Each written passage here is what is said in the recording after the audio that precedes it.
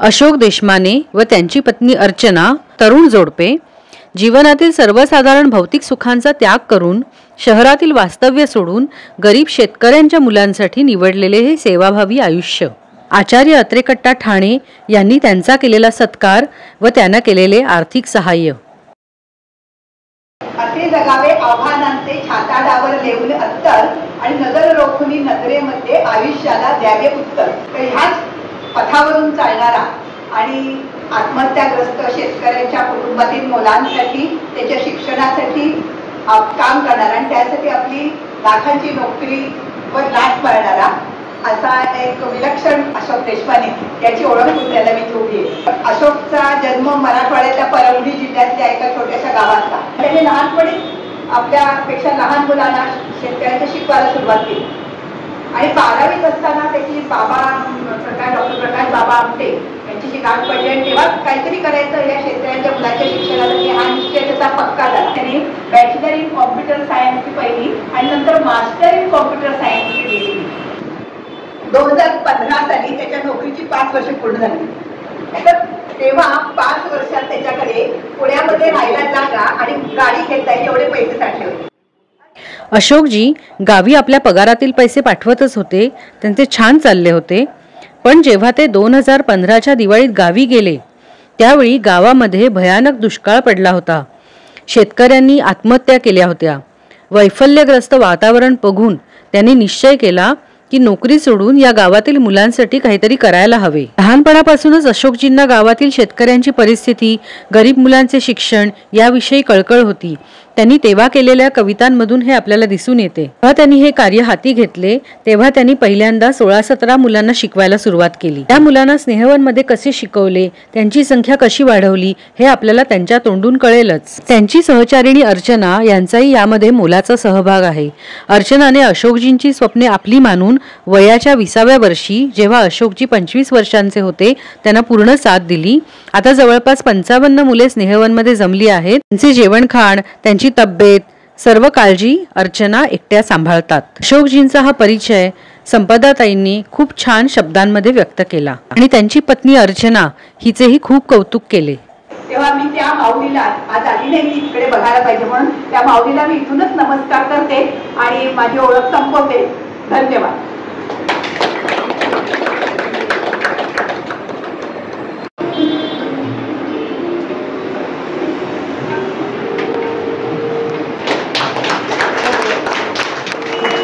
Doctor Devdatt Chandorkar यांना मी अशोक देशमाने यांना कृतज्ञता पुरस्कार द्यावा अशी विनंती करते।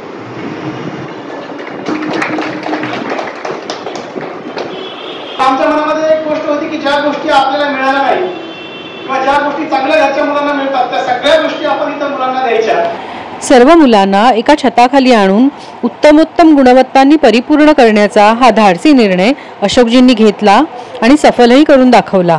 ते म्हणतात की त्यांच्या शाळेमध्ये French language, badminton, music, science lab आणि त्याच्या प्रॅक्टिकल्स अशा प्रकारच्या सर्व क्षेत्रांमध्ये मुलांना शिक्षण मिळते। या शाळेमध्ये पोस्ट ग्रॅज्युएशन पर्यंत मुले आहेत। गरजू मुले शोधून त्यांच्यातले गुण हेरून त्यांच्या सर्व शिक्षणाची जबाबदारी इथे घेतली जाते। ह्या मुलांनी मोठे होऊन देशासाठी, समाजासाठी काम करावे अशी त्यांची इच्छा। भारताला स्वातंत्र्य मिळवून 75 वर्षे झाली, तेव्हा हे काम सामाजिक कर्तव्य मानून समाजाला शिक्षित करण्याचे हे व्रत आहे असे ते म्हणतात। आमच्याकडे मागच्या 8 वर्षापासून कोणी टीव्ही पाहत नाही, कोणी मोबाईल वापरत नाही। प्रत्येक मुलाने आठवड्यात एक पुस्तक वाचायचं। आठवड्याभर तो पुस्तक वाचतो त्याला रविवारी चांगला पिक्चर दाखवला जातो, पण ज्याला पिक्चर पाहायचा आहे त्याला पुस्तक वाचणं कंपल्सरी असतं। सकाळी जर एक पुस्तक वाचलं तर संध्याकाळी त्याच्यावरती बोलायचं असतं। रिंगण म्हणून ऍक्टिव्हिटी असते, सगळ्या मुलांनी गोल रिंगणात बसायचं असतं आणि मग ज्याला जे पुस्तक वाचलं त्याच्यावर त्याला बोलायचं असतं। त्या वृत्तीवर चांगलं काम व्हावं म्हणून आमच्याकडे आम्ही लायब्ररी चालू केली। सुरुवातीला 20 पुस्तकांपासून ती लायब्ररी सुरू झाली, आता जवळपास 15,000 पुस्तकांची लायब्ररी आमच्याकडे आहे। यांच्याकडे 10 शिक्षकांची टीम काम करते। नॅशनल प्लेयर्स येऊन इकडच्या मुलांना मल्लखांब शिकवतात। सूरज नावाचा एक मुलगा डिस्ट्रिक्ट लेवलला खेळतो आणि तो पुणे जिल्ह्यात 3रा आला आहे। ज्या मुलाचे शिक्षण थांबले होते तो पुणे जिल्ह्यात 3ऱ्या क्रमांकावर आला आहे. राम नावाचा मुलगा 12वी नंतर शास्त्रीय संगीतामध्ये BA करणार आहे. इथे कम्प्युटर, पेंटिंग, शास्त्रीय संगीत अशा बऱ्याच गोष्टी शिकवल्या जातात. या मुलांना आता शिक्षणासाठी मेन स्ट्रीममध्ये आणण्याची इच्छा अशोकजींनी व्यक्त केली. डॉक्टर कुलकर्णींनी त्यांना मदत केली. डॉक्टर कुलकर्णींनी विचारले की हे सर्व करण्यासाठी तुम्हाला किती जागा लागेल. तेव्हा अशोकजींनी त्यांना उत्तर दिले की 2 हेक्टर जागा लागेल आणि कुलकर्णींनी त्यांना 4 कोटींची जागा दान केली.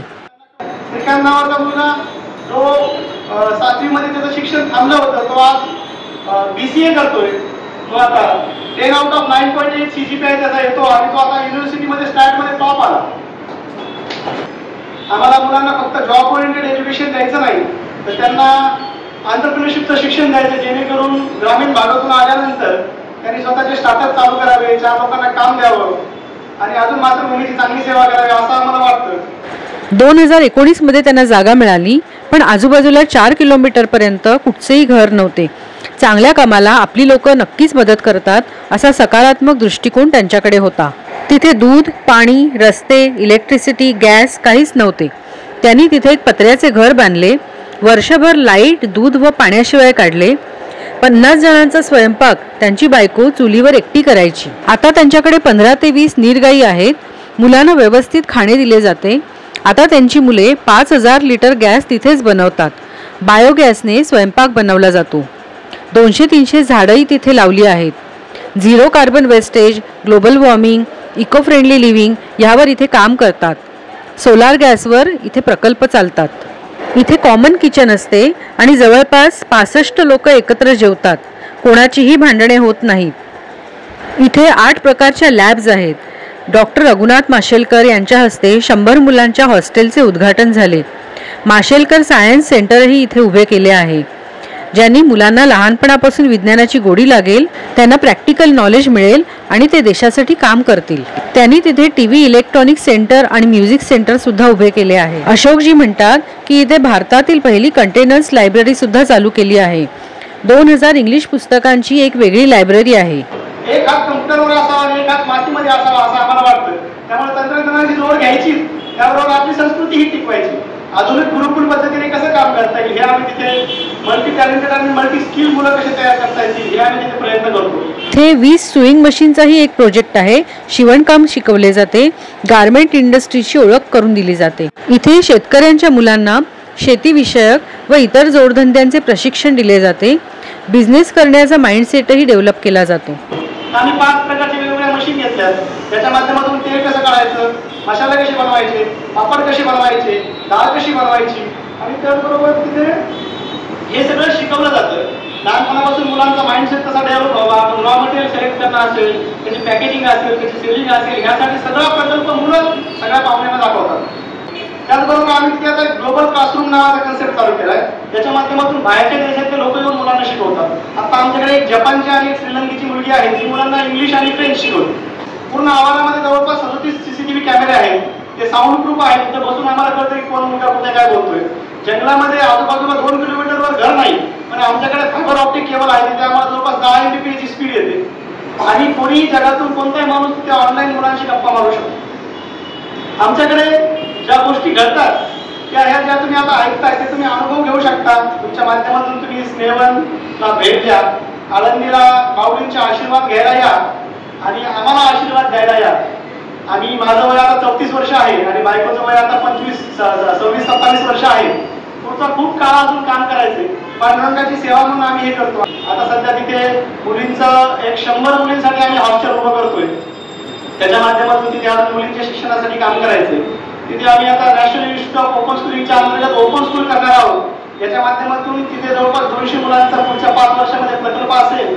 खेड्यापाड्यातले जे चांगले हिरे असतील त्यांना तिथे आणायचं, त्यांना घडवायचं, त्यांना त्यांच्यामध्ये जे सुप्त गुण असतील ते त्याच्यामध्ये त्यांना त्याच्यावर काम करायचं आणि परत ते समाजाला अर्पण करायचं. याच्यातून आम्हाला काही नाही पाहिजे पण त्याच्या माध्यमातून संपदाताईसारखे, चंदगड सरांसारखे चांगले लोक भेटतात जे आज इथे आमचं कौतुक करतात. पण ते कौतुक एकट्याचं नाहीये. आज इथे संगीताताई असतील, मेघाताई असतील, समीर असेल, बाकीचे आमचे तुम्ही सगळेजण असतात. ह्या सगळ्यांचे आशीर्वाद आहेत पण असे ज्ञात अज्ञात खूप हात आहेत जे आमच्या पाठीशी उभे आहेत. माझे आई वडील दोघंही त्यांनी शेतीची सगळी जबाबदारी भावाला देऊन टाकली आणि एकुलता एक मुलगा काहीतरी करतोय त्यासाठी त्यांनी सगळं घरदार शेतीवाडी सोडून ते माझ्यासोबत राहतात आणि ते सगळं काम करतात. आज त्यांचं वय आहे पण तरी त्यांना असं वाटतं की हे मुलाला करायचंय ना तर मग आपण त्याच्या पाठीशी उभं राहूया. तर त्याचंही त्याच्यामध्ये योगदान आहे. माझ्यापेक्षा जास्त माझ्या पत्नीचं योगदान आहे. आज मागच्या 7 वर्षामध्ये तिने एकही सुट्टी घेतलेली नाही. सकाळी 6 ते रात्री 12 पर्यंत आमचं काम चालतं आणि आम्हाला त्याच्यातून आनंद मिळतो. जर एखादं रटाळ काम असेल ज्याच्यातून तुम्हाला आनंद मिळत नाही, तुम्ही फक्त ते काहीतरी पॅकेज मिळवण्यासाठी करत असाल तर तुम्ही थकाल, पण आम्हाला थकवा जाणवत नाही. आज संध्याकाळी निघायचंय आणि परत सकाळी 3 वाजता नागपूरला पोहोचायचंय आणि त्याच्या माध्यमातून लोकांपर्यंत ते काम पोहोचतंय. अजून मुलांसाठी काम करायचंय. आम्हाला वाटतं की गंजून मरण्यापेक्षा झिजून मरू. आपण मेल्यानंतर लोक म्हणतात की बॉडी कुठपर्यंत आली, या देहाची बॉडी बनण्याअगोदर समाजाच्या कामी येऊ आणि त्याच्या माध्यमातून रामाची सेवा म्हणून हे करत राहू. तुमच्या सगळ्यांना मी स्नेहवनला भेट देण्याचं आमंत्रण देतो. तुम्ही गुगलवर असाल तर स्नेहवन फेसबुकवर इंस्टाग्रामवर पुढे टाकले की त्याची माहिती मिळते आणि ब्रोशरही मी आता तुम्हाला सगळ्यांना देतो आणि इथेच थांबतो. धन्यवाद. मी सर्वांना विनंती करते की आळंदी येथे जाऊन ह्यांचा उपक्रम बघा आणि शक्य तेवढी त्यांना मदत करा. व्हिडिओ नक्की शेअर करा.